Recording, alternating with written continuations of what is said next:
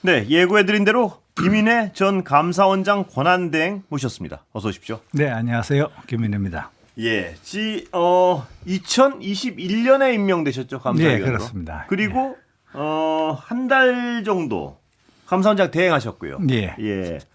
그리고 감사위원은 4년 일하셨고요. 네, 그렇습니다. 그런데 이 저번에 그 감사원 운영쇄신 태스크포스 활동 결과 발표하시면서요. 네. 이 워딩이 굉장히 세서 제가 지금 처음에 그걸 여쭤보는 건데 예. 인간으로서 부끄러운 행위이고 감사원으로 하면 안 되는 행위였다. 예. 어떤 부분이 가장 이렇게 큰 문제의식을 갖게 하셨습니까?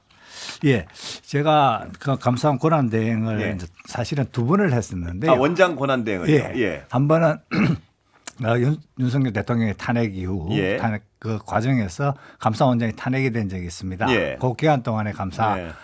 원장 권한대행을 예. 한번 했었고요. 예. 그다음 이번에 두 번째 예. 했습니다. 첫 번째는 아무래도 조직이 좀 불안정한 상태에서 안정에 좀 초점을 두었다면은 이번의 경우에는 감사원장 퇴임 후에 이제 감사원의 새로운 방향을 모색해야 될 그래야겠죠. 그런 예. 시점이었기 때문에 기존의 감사 네.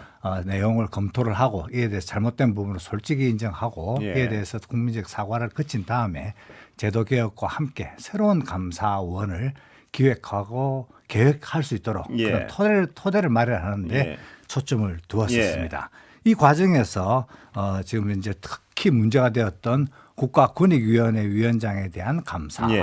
그다음 서해 공무원에 대한 감사, 예. 그다음에 월성 원전을 둘러싼 산업자원부 이제 그 예. 공무원들에 대한 감사, 그다음 예. 사드 감사, 예. 그다음 GP 감사 예. 등에 대해서 많은 불법 부당한 행위들이 확인이 되었습니다. 예. 이러한 내용들이 사실상 감사원의 역사에서 큰 오명이었고 예. 그 오명을 씻지 않고서는 예. 새로운 감사원을 좀 계획하고 미래를 그릴 수 없다. 예. 이런 판단이 되었던 것이죠. 예. 그래서 그런 부분에 대해서 좀 더 강한 의미에서 이런 내용을 얘기하게 되었습니다. 쭉 몇 개 나열을 해주셨는데요. 그 중에 가장 기본 어떤 명백한 불법적 행위가 있었나요? 보시기에 예를 들면. 뭐 예를 들면은 국가권익위원회 예. 같은 경우에는 예. 주심위원의 열람을 거쳐서 예. 이것이 공표가 되어야 함에도 불구하고 그 열람 과정을 패스를 하고 그 전산 기록을 조작한 행위가 이제 확인이 된 것이죠. 아, 전산 기록까지 조작을 예, 했군요. 그렇습니다. 예. 예. 그래서 그 열람이라는 것이 사실상 이제 결제 기능을 하는 예. 것이었는데 그것을 패스해서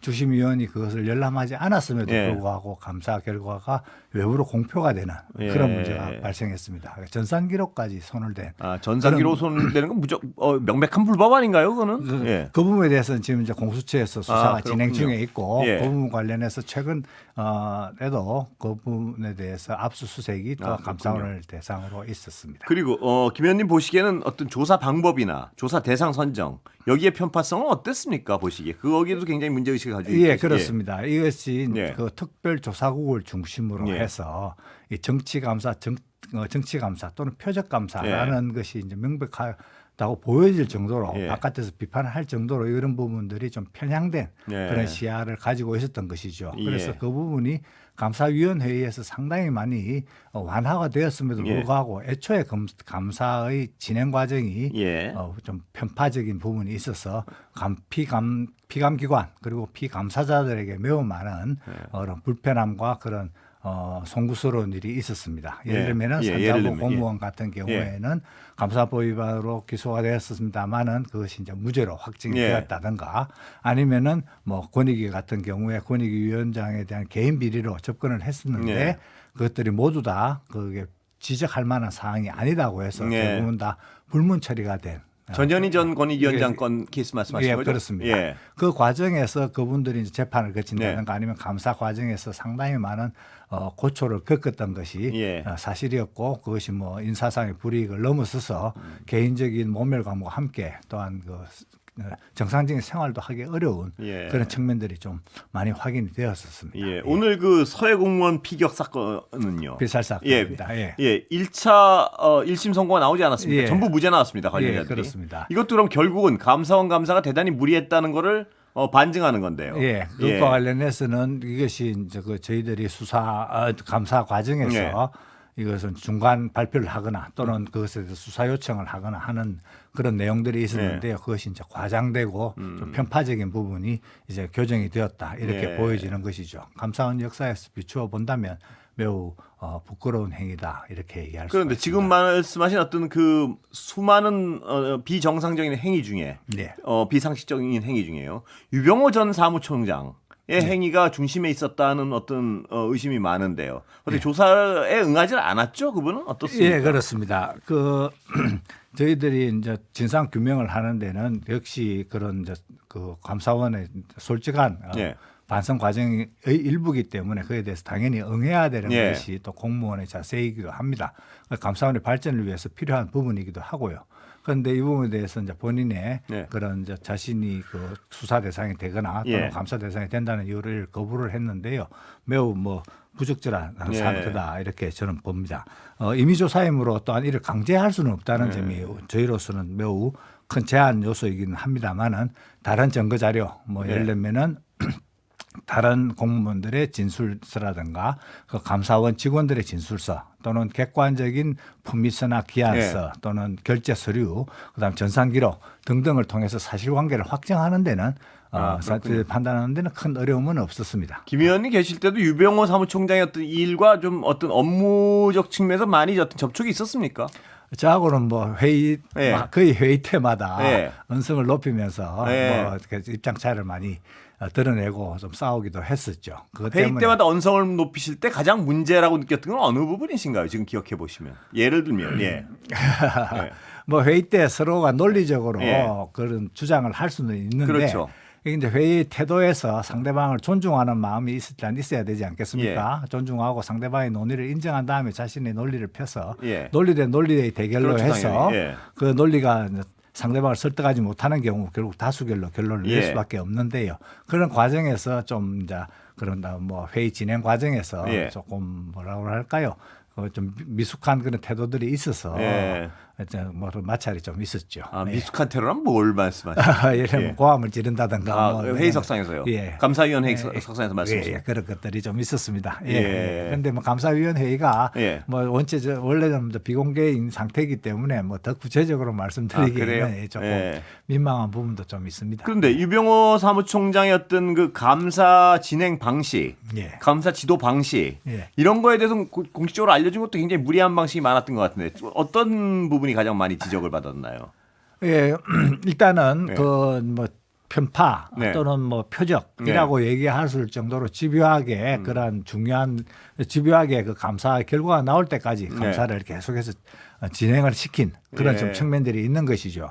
그렇게 되니까 이제 감사 기간이 길어지고 감사 피감 대상자들은 불안정한 지위에 빠지게 되고 그분들이 또한 제대로 된 공직 생활도 못하고 사회생활도 못하고 개인 생활도 하기 힘든 그러한 피해가 줄줄이 이제 발생하게 되는 그런 그 말씀은 지금 그 편파적 감사의 방법은 계속해서 어떤 의도한 결론이 나올 때까지 끌어왔다 이렇게 의심을 하시는 건가요? 그런 측면이 이제 예를 들면은 그런 측면이 감사 기간에서도 좀 드러납니다. 최근에 그 감사원의 감사 기간이 1년을 넘어가는 그 사건들이 많이 발생하고 있거든요. 심지어 2년이 걸리는 사건들도 간혹 있습니다. 이런 사건들이 매우 어려운 사건이기도 한데 어쨌든 좀 정치 감사, 표적 감사라는 의심을 받는 사건들이 많이 있습니다. 특별조사국에서 하는 것들이 주로 그게 해당이 되는데요. 그런 부분들이 이제 어떤 목적을 가지고 어떤 결과가 나올 때까지 기우제식 또는 먼지트리식 이런 이제 감사다 이런 많은 의심을 받고 있는 것이죠. 특별조사원 이 감사원 개혁 과정에서 어떻게 돼야 된다고 보십니까? 지금 정치 감사를 주로 한 쪽이 이쪽이라는 말씀 같으신데요. 제가 12월 3일 날 발표를 하면서 특별조사국은 폐지할 것을 저희들이 이제 최종적으로 감사원 내부에서는 결론을 지었습니다. 긍정적 기능보다는 아까 말씀하신 어떤 정치 감사나 표적 감사를 주도하는 기능이 더 그렇습니다. 더군다나 최근에 그러한 내용들이 실제로 이제 감사원의 기능을 마비시킬 정도로 감사원의 위기를 불러일으켰고 직원들 사이에서도 그것의 필요성이 명백하지 않기 때문에 그 부분을 이제는 이제 다시 재검토할 시기가 왔다고 보고 특별조사국을 폐지를 하되 특별조사국에서 했던 긍정적인 기능들이 조금 있습니다. 좀 중요한 사건이라든가 아니면은 이런 다른 또 기관들과 협력 관계라든가 이런 것들이 필요한 부분은 다른 이제 부처에서 처리하도록 하는 그런 방식을 제안을 했고 그것이 일단은 대국민 발표가 되었기 때문에 차기 감사원장께서 그걸 추진하실 걸로 믿고 있습니다. 이 어떤 사무총장 체제에서요. 감사위원들이 사무총장의 전행을 막을 방법이 없습니까? 기존 제도에 왜 이렇게 어떤 전행이 가능했나요? 보시기에. 그 지적은 상당히 좀 뼈아픈 지적입니다. 뭐 감사위원들이 저를 포함한 감사위원들이 충분한 노력을 하고 또한 최대한의 권한을 행사를 했다면 아마 일부는 좀 막을 수는 있었을 것이고 그에 대해서는 책임도 통감을 합니다. 다만 이 감사원의 구조가 감사를 하거나 행정을 하는 쪽과 그다음에 그 감사 결과를 가지고 심의 의결하는 파트가 두 개가 엄격하게 구분되어 있고 심의 의결하는 그 감사위원들은 그 감사가 진행된 결과를 바탕으로 해서 심의 의결을 할 뿐 과정에 대한 통제는 안 되는군요. 시작이나 중간 과정이나 아니면은 또한 그게 대해서 뭐 결과를 좌우하는 것은 좀 어려운 지점이 있습니다. 만약에 그것들에 대해서 개입을 하기 시작하면 과거에 그런 사례가 조금 있었다고 들었는데요. 이 감사를 감사위원까지 이제 개입이 되면서 이걸 감사를 조금 이렇게 좌지우지하는 그런 좀 폐단이 또 발생할 위험이 있다 이렇게 보는 것이죠. 그렇다면 감사 권한 남용이라든가요, 불법적인 감사, 또 어떤 표적 감사 이런 건 어떻게 제어해야 됩니까? 앞으로 제도 개선을 한다면요. 제도 개선을 이제 드러난 그 부분으로서는 일단은 감사위원회의 권한을 이제 좀 공식적인 감사위원회의 권한을 확대할 필요가 있습니다. 그 모든 행정 절차를 다 감사위원회에서 결론을 지을 수는 없고요. 다만 중요하게 뭐 수사 결과, 감사 결과를 뭐 발표를 하거나 아니면은 수사 요청을 하거나 고발을 하거나 아니면 중간 뭐 발표를 하거나 하는 경우에는 필연적으로 감사위원회의에 의결을 거치거나 아니면 감사위원회의에 의견을 수합해서 결론을 내리도록 하고 또한 뭐 중요한 감사의 시작 뭐 대부분의 중요한 것들 다 감사를 하는 것이 있습니다만 감사의 시작에서 그 요건들을 감사를 시작할지 말지를 감사위원회의에 보고를 한 후 감사위원회의에서 의결을 거쳐서 감사를 시작하도록 하는 것이 필요하다 이렇게 보여집니다. 지금 말씀하신 그 부분들은 지금은 감사위원회의 권한으로는 안 되는 건가요? 지금 이제 감사 시작 하도 지금 문제가 심각해져서 감사의 시작 부분, 어떤 감사를 할 것인가에 대해서는 지금 현재는 이제 감사위원들 사이에서 감사위원들한테 보고를 하고 그거를 이제 의견을 수합해서 진행을 하고 있습니다. 다만 그것들이 지금 현재로서 명백하게 규범화가 되어 있지 못해서 이걸 이제 내부 규칙으로 만드는 것이 남아있는 과제인 것이죠. 지금도 어떤 필요하다고 판단이 되면 하고는 있는데 그걸 규범화해야 된다는 말씀이시군요. 강제성을 좀 더 부여하는 것이죠. 그동안은 자의적으로 뭐 하고 싶으면 하고 뭐 이런 경향이 있어서. 근데 이전에는 그래 왔는데 이제 문제 하도 심각해지니까 지금은 거의 대부분의 사건을 다 거의 전부 사건을 다 감사위원회의의 의견을 이제 듣고는 있습니다. 이건 늘 지적되어 오고 이재명 대통령도 한번 이번에 지적을 하신 것 같은데요. 이른바 정책감사라는 명목으로 해가지고 지난 정부의 어떤 그 표적 감사를 하면서 지난 정부의 정책을 굉장히 어떤 비난하는 용도로 쓰고 이건 어떻게 해야 됩니까? 그리고 뭐 서해 피격도 마찬가지인데요. 서해 피격도 그렇고 뭐 월성 원전도 그렇고 월성 원전도 그렇고 지피도 그렇고 부동산 통계도 그렇고 사드도 배치도 그렇습니다. 이러한 그 정책은 사실상 그 광범위한 국민적 합의 이후에 결정이 되는 것이어서 감사원에서 이것을 당부를 판단하는 것은 매우 부적절하고 또한 불가능하다고 보여집니다. 그렇습니다. 일단 대통령의 공약으로 특히 정책이 결정되는 경우 제시되는 경우 이를 검증하고 그다음에 국회 논의를 거친 다음에 또 여러 사회단체들의 의견을 조율한 다음에 결정되기 때문에 정책 자체를 감사하는 것은 불가능하고 바람직하지도 않습니다. 이거는 민주주의 영역이니까요. 다만 그 과정에서 정책을 집행하는 과정에서 그 민간 업체에서 입찰을 받아야 되는데 수의 계약을 한다든가 아니면 그렇습니다. 특정 업체를 봐주기 위해서 뭐 특혜를 준다든가 하는 경우에는 이제 불법 또는 부당한 점이 명백히 있기 때문에 그 부분에 대해서는 제한적으로 감사를 할 수는 있죠. 그런 식으로 해서 감사의 내용이 정책 감사와 그 정책을 집행하는 과정에서의 구체적인 행위, 계약 또는 뭐 입찰 뭐 이런 행위들에 대한 그런 감사는 구분돼야 된다는 점을 명백하게 분명한 것은 지금 그럼 김 의원님 말씀대로 정책의 옳고 그름에 대한 감사는 폐지돼야 된다고 보시는 건가요? 그거는 불가능합니다. 불가능하죠. 예. 불가능합니다. 그거를 근데 그러면 할 수 있는 방법을 원천적으로 막아야 되는 거 아닌가요? 정책에 대한 감사를. 예, 정권 바뀌면 예를 들어서 대통령의 성격에 따라서 예. 어떤 정권 들어오면 정책 감사를 막 해버리고 어떤 정권은 원칙적으로 안 되는 거니까 원리 원칙대로 안 하고 이러면 안 될 거 아닙니까? 그렇습니다. 그 제도적으로 정책 감사라는 것은 막아야 될 거 아닙니까? 예, 그건 어떻게 해야 돼? 예. 그렇게 해서 지금 이제 규정을 예. 규칙을 지금 이제 감사원에서 이미 마련을 해서 그래요? 이제 의결을 한 상태에 있고요. 예. 다만 뭐 아시는 바와 같이 정책이란 것이 사실은 정책 집행을 통해서 구체화되는 것이기 예. 때문에 그 정책 집행하고 또 명백히 구분되는 것은 또 아닌 그건 또, 측면이 예, 있습니다. 어려움이 그러니까 있겠군요. 예. 그런 것들은 수많은 또 그런 감사 과정에서 예. 그 경험을 쌓아 나가면서 그걸 또 서서히 분리시켜 나가는 것이 예. 필요한 것이죠. 현실의 현장으로 내려가면은 그 두 가지가 명백히 구분된다고 보기는 사실상 예. 어려운 측면이 있으니까요. 예. 그 부분을 구분해서 하는 것들은 수많은 경험과 또한 이제 그 과정에서의 이제 그 실험과 이런 것들을 거쳐서 최종적으로 모습이 완성될 것이다 이렇게 저는 생각합니다. 예. 근데 월성원전 같은 경우만 해도요.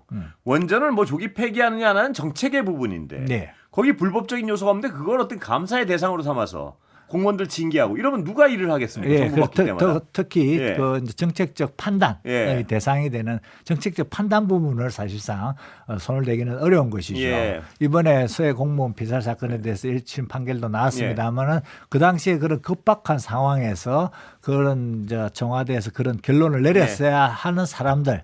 그리고 제한된 정보 내에서 그렇습니다. 결론을 예. 내려야 되는 사람들이 그 정책적 판단 부분을 사후적으로 예. 충분한 정보를 가지고 그다음에 충분한 사정을 다 안 상태에서 그 사람들의 판단을 하면 안 판단을 된다. 내리는 것은 불가능한 것이죠. 예. 그런 측면에서는 그러한 것들은 이제 이런 정책 감사라는 틀 내에서 그것도 불가능한 것이고 예. 다만 그 당시에 가지고 있는 정보로도 충분히 그렇습니다. 예. 충분히 그 부분이 바로 핵심인 것 같습니다. 예. 예. 충분히 다르게 할 수 예. 있었는데도 불구하고 의도적으로 특혜를 준다든가 뭐 어떤 정치적 목적에 의해서 왜곡시킨다든가 하는 경우에는 그것들에 대해서는 뭐 감사는 불가피한 것이죠. 예. 그리고 또 그런 경우에는 실제로 감사를 안 하더라도 또 수사의 대상이 되기도 그렇습니다. 하고요. 예.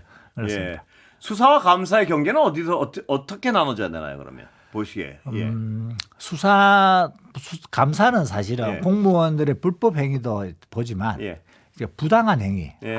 법 위반까지는 아니더라도 이게 형사벌로 처벌하지는 네. 않더라도 공무원들에게 좀 더 이렇게 부족한 부분이 네. 있거나 하는 경우에 이를 이제 바로잡는 네. 기능이 있는 것이죠. 감사라는 것이 뭐 벌만 주는 것은 아닙니다. 네. 실제로 감사원의 역할은 저는 이렇게 생각하는데요. 기준을 반드시 바르게 세우고 네. 그 기준에 미치지 못하는 사람들은 기준을 맞게 끌어올리고 예. 기준을 위반하는 사람은 바로 잡아주고 예. 기준을 넘어서서 더 잘하는 사람에게는 모범으로서 적극 행정으로서 권장하는 예. 그런 기능인 것이죠. 그래서 예. 모범을 세우는 것, 기준을 세우는 것이 오히려 더 중요하다. 이렇게 시간이 얘기해요. 다 돼서 여기까지 듣겠습니다. 감사합니다. 감사합니다. 예, 예. 김인혜 전 감사원장 권한대행 모셨습니다. 고맙습니다. 예, 감사합니다.